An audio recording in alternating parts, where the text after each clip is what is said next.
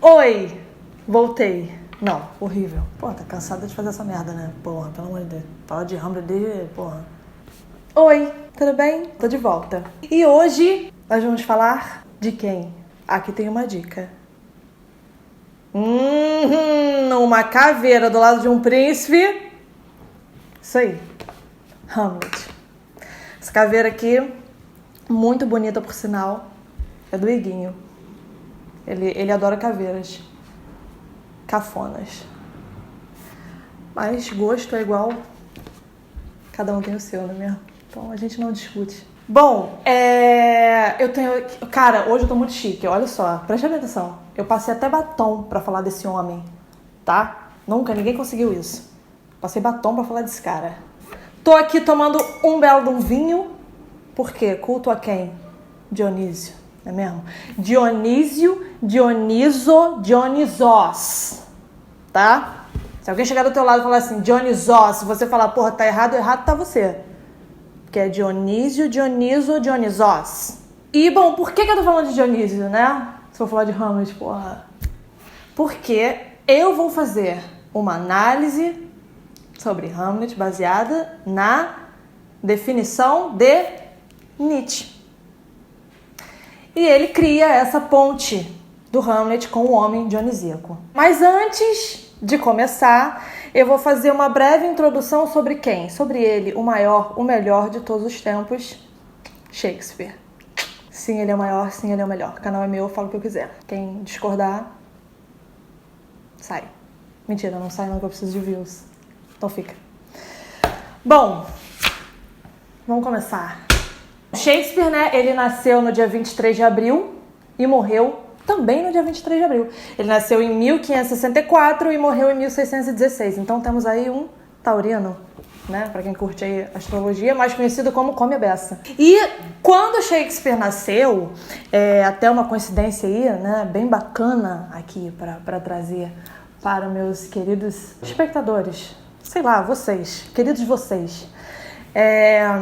Na época que Shakespeare nasceu, a Inglaterra estava enfrentando uma peste. E era aquela época lá louca em que as pessoas matavam os gatos, né, achando que eram os gatos que transmitiam e na verdade eram os ratos. Então matando os gatos, mais ratos, mais peste. Porra, o ser humano sempre foi ignorante, né, que merda. Então, foda-se. Aí a Inglaterra estava enfrentando uma peste quando Shakespeare nasceu, que acredito que ele tenha se salvado pelo fato de ter nascido numa família de boa condição financeira, né? Isso pode ter ajudado. Shakespeare era filho de um comerciante bem-sucedido, então, enfim, isso aí pode ter ajudado. Eu resolvi dividir esse vídeo em dois, né? Vai ter uma parte agora e outra parte na semana que vem. Porque Hamlet é uma obra que realmente tem diversas interpretações. Todo mundo já falou pelo menos uma coisinha aqui, ó, do Hamlet. Então, mesmo eu focando na interpretação de Nietzsche, que é o que eu vou tratar agora aqui na primeira parte, ainda assim tem muita coisa pra falar. Então, por isso que eu resolvi partir. Enfim, por que eu tô falando isso? Não é interessante, né? Só foca e vai e fala. Então, eu vou precisar de muito foco aqui, que é difícil. Voltando a Shakespeare, né, a introdução, então falei essa questão aí da peste mesmo, só porque eu quis falar, enfim, porque estamos passando, né, agora também por uma coisa parecida, mas não são os ratos que transmitem. Na verdade, sim. Na verdade, ainda tem ratos, porém, eles agora estão diferentes. Eles vêm de uma maneira mais... Enfim, né? Ele nasceu na cidade de Stratford. Porra, me respeito que eu sou britânica. E nasceu na Era Tudor, né? O Shakespeare, ele pegou a Era Tudor e a Era Stuart. Ele pegou a transição da Tudor para Stuart. Ele pegou a transição da Era Elizabetana para a Jaimesca. Que Jaime, por sua vez, Jaime I da Inglaterra, era o sexto da Escócia. Então, assim, tudo que é James é escocês. Parou do teu lado e falou assim, meu irmão, qual é o teu nome? É Jaime, é escocês. Pode ter certeza. Das coisas. Aí você me pergunta assim, mas e o LeBron James? Porra, o LeBron James, não, porque tem o LeBron antes, o nome dele não é James, é o LeBron. Então o LeBron é o quê? É americano. Então ele veio dos Estados Unidos. Mas se fosse só James...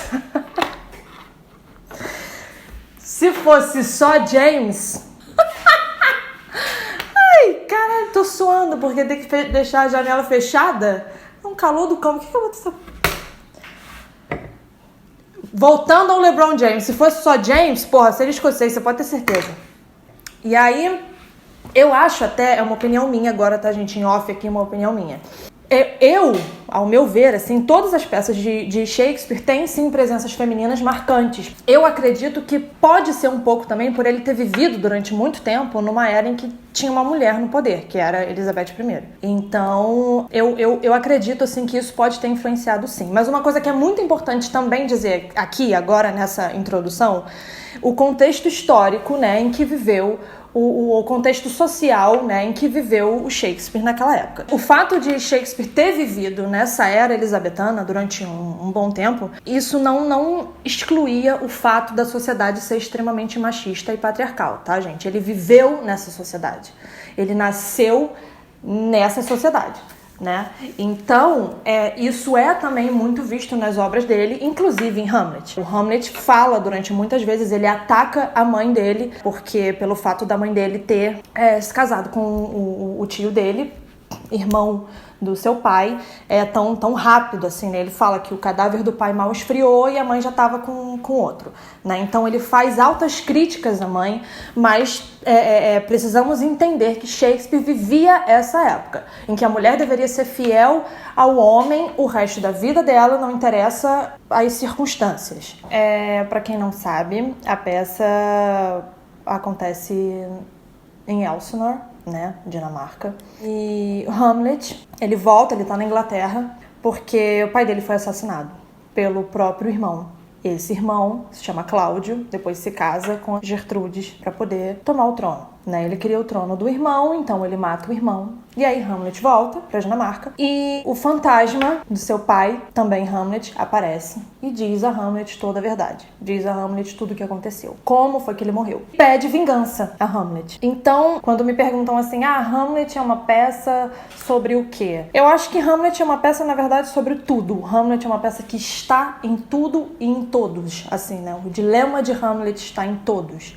E existe até uma frase do Harold Bloom que diz, né, que o mal de Elsinore é o mal de todo lugar. Então, não sei se a frase é exatamente assim, mas é mais ou menos isso. Então, Hamlet é uma peça presente em tudo. Hamlet é uma peça sobre o quê? Sobre morte. Eu acho que é uma peça sobre vida. Eu acho que é uma peça sobre decisões, né? Eu acho que é uma peça sobre ganância, sobre ambição, sobre vingança, sobre corrupção, que é justamente esse mal de Elsinore que está em todo lugar, é a corrupção. Enfim, por isso que é a minha peça preferida da vida, e eu acho que é por isso que foi uma peça que eu me identifiquei tanto, que eu me vi tanto, assim, né? Porque ela realmente fala, eu acho que Hamlet fala um pouco de tudo. Uma coisa também muito importante nas peças do Shakespeare é que a fala, a linguagem de Shakespeare é muito importante. Então, por isso que quando você está lendo qualquer peça de Shakespeare, não só Hamlet, qualquer coisa, você tem que prestar muita atenção naquilo que está sendo dito. Você tem que ler. Shakespeare exige muita atenção na leitura, porque cada coisa que está sendo dita é de extrema importância. Então, tudo, cada frase de cada personagem é muito importante. Por isso, até na época de Shakespeare, né, você dizia, na Inglaterra, você dizia to hear a play, not to see a play, porque era tão importante aquilo que você estava ouvindo. Então, a palavra tem muita força, a linguagem tem muita força nas peças de Shakespeare. O visual, assim, era importante, mas não era tão importante quanto aquilo que estava sendo dito. Tanto que muitas vezes, na época de Shakespeare, mulher não subia a um palco, né? Não existia atriz. Então, os personagens femininos eram feitos também por homens. Então, o visual, assim, era um pouco caótico. Não sei se eu posso dizer caótico, mas não era tão incrível e limpo quanto a linguagem. Não, mas antes eu queria falar uma coisa. Eu falei aqui, né, que a história é um irmão que mata o irmão para poder ter o trono. Ele casa com Gertrude, a ex-cunhada. Isso aconteceu de maneira diferente, mas o contexto foi mais ou menos o mesmo. Não teve um assassinato, na verdade, mas isso aconteceu lá na Era Tudor, com uma figura muito conhecida da Era Tudor, uma das figuras mais grotescas da realeza britânica, ao meu ver, que é Henrique VIII. Ele mesmo. Mesmo ele sendo uma figura muito grotesca, ele é uma figura que me atrai muito. Eu gosto muito de estudar sobre ele. Henrique VIII não matou o irmão, mas o que acontece? Ele tinha um irmão mais velho, Arthur, que foi casado com Catarina de Aragão. Só que foi um casamento muito breve e acho que nem chegou a acontecer nada, porque eles eram muito jovens e foi muito rápido. Porque logo em seguida ele faleceu. Não foi Henrique VIII que matou ele. Ele, pelo menos, não foi Henrique VIII que matou, mas todas as outras mulheres foi ele que matou. Mas o irmão não foi. Ele morreu muito jovem, né? Então, e por que aconteceu esse casamento do Arthur com Catarina de Aragão? Por interesses, obviamente, políticos, né? Interesses, uma boa relação entre Inglaterra e Espanha. Então, Catarina de Aragão era espanhola e foi feito esse casamento. Porque naquela época isso era muito comum. A gente sabe que as pessoas casavam muito por causa disso, não por amor. Por isso, na maioria das vezes, as pessoas dedicavam o amor aos amantes, porque, enfim, os casamentos em si eram basicamente todos arranjados. Mas, com a morte precoce de Arthur, ela depois foi prometida a quem? A Henrique VIII. Mas existe uma maldição que dizia que um rei jamais poderia se casar com sua cunhada. Era mais ou menos assim. Na verdade, ele não poderia casar se esse casamento já tivesse, né? Catarina de Aragão dizia que não tinha acontecido nada, mas como ninguém sabe exatamente se aconteceu ou não, ficou esse mistério aí no ar. E aí depois, Catarina de Aragão se casa com quem? Henrique VIII.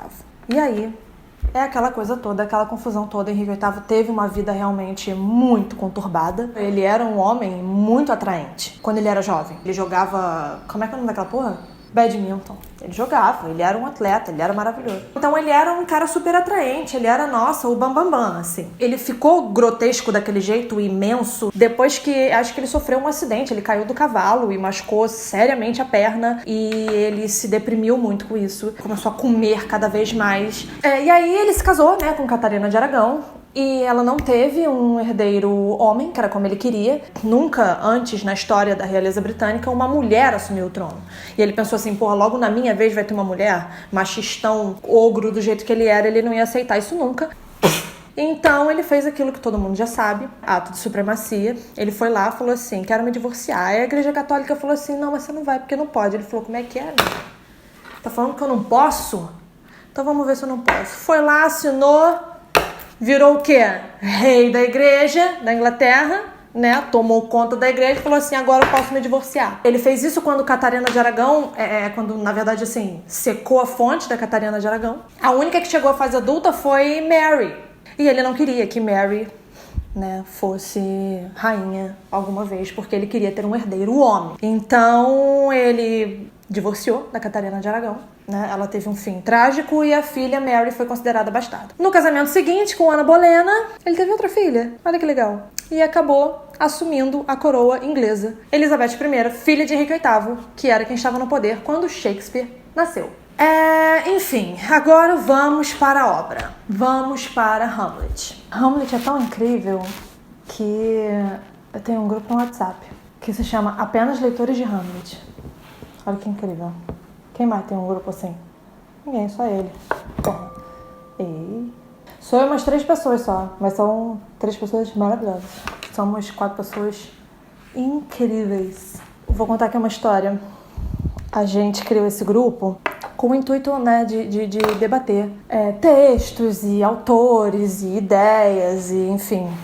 A ideia inicial era fazer encontros mensais, né, para poder conversar sobre esses assuntos. E aí a gente fez um encontro. E aí tava tudo certo, tudo ótimo, a gente foi num bar.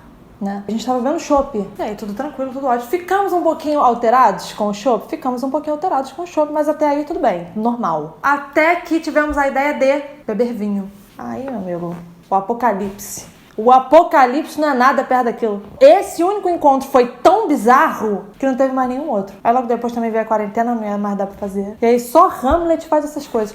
Hamlet e o vinho. Que o vinho tem dessas coisas, né? O vinho, realmente, ele mexe com um lado do ser humano que... Aí é o quê? É Dionísio, né? É Dionísio que vem, fala assim, caralho, Pesado isso aí. Aí você faz as coisas, depois você fala assim, porra, não era eu, era Dionísio, rapaz. Era Dionísio que tava ali naquele momento. Então assim, o vinho, toma cuidado com o vinho, hein? Que o vinho realmente, porra, cuidado. Fica aí a dica. Isso aqui também não é só livro, não. Isso aqui é dica de vida, hein? Dica de como viver. Bom, vamos à obra. Voltando aqui sem perder o foco.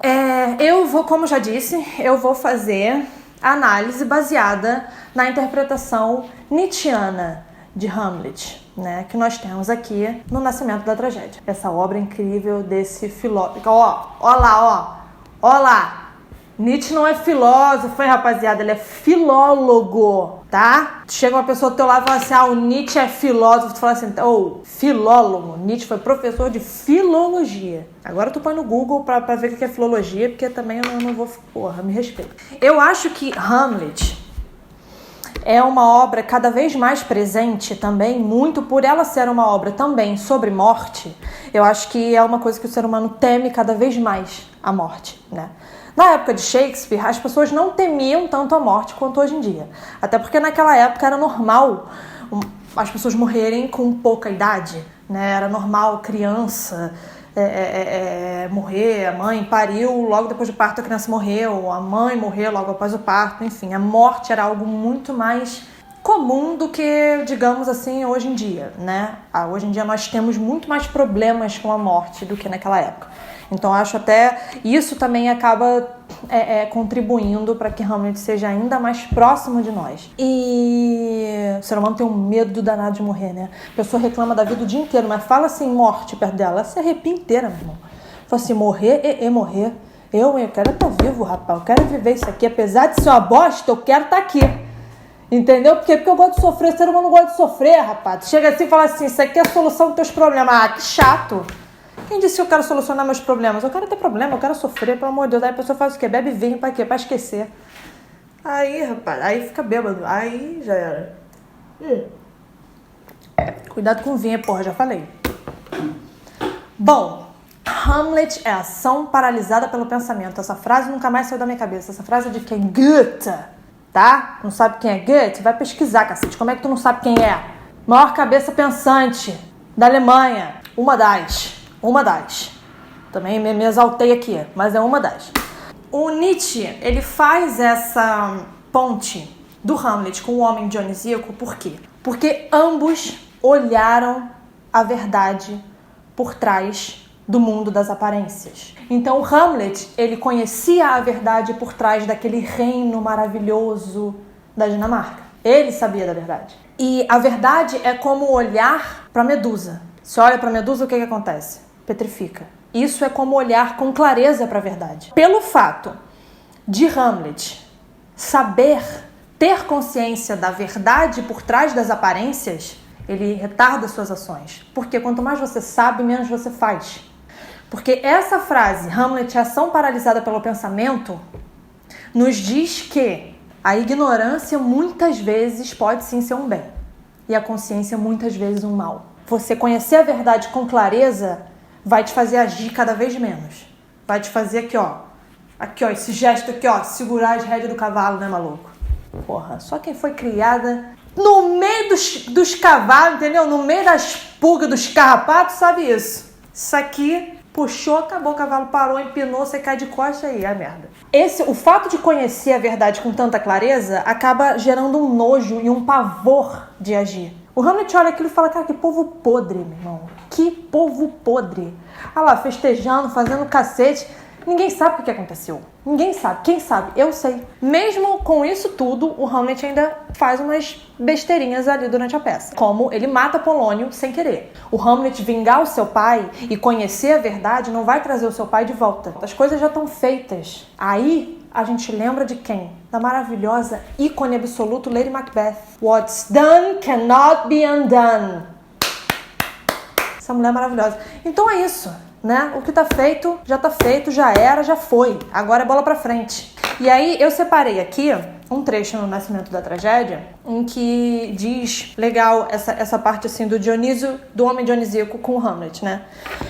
Aqui o Nietzsche bota, o êxtase do estado dionisíaco com sua aniquilação das usuais barreiras e limites da existência, contém, enquanto dura, um elemento letárgico, no qual emerge toda a vivência pessoal do passado. Assim, se separam um do outro. Através desse abismo do esquecimento, o mundo da realidade cotidiana e o da dionisíaca. Mas tão logo a realidade cotidiana torna a ingressar na consciência. Ela é sentida como tal com náusea. Aí, peraí, que é o idiota aqui, ó, tampei o negócio. Uma disposição ascética negadora da vontade é o fruto de tais estados. Nesse sentido, o homem dionisíaco se assemelha a Hamlet. Ambos lançaram, alguma vez, um olhar verdadeiro à essência das coisas. Puta, que é isso, rapaz? Esse cara aqui, depois dessa, eu vou até parar com essa coisa. Não tem mais nem sentido esse vídeo. Ai, então, bom, é isso, minha gente. Aí, no final... peraí, voltando aqui, ó. No final, Hamlet fala, ou Nietzsche fala, uma coisa que eu amo. O conhecimento mata a atuação. Para atuar, é preciso estar velado pela ilusão. Cara, isso é muito incrível. Entendeu? Esse velado pela ilusão, né, remete ao véu de Maia, que é... Aí já entra Schopenhauer, né, um pouco. Um pouco não, porra, totalmente. Porque é muito bonito o encontro do Schopenhauer com a filosofia indiana, que é onde ele retrata o véu de Maia, né? Que é o que é o véu de Maia? É aquilo que impede o homem, impede o ser humano a ver a coisa em si, né? A coisa como ela realmente é. Que não é nada mais... nada menos que a ilusão. Aí a gente podia fazer um vídeo um dia falando só de Schopenhauer. Mas aí eu ia chorar muito, né? Schopenhauer é...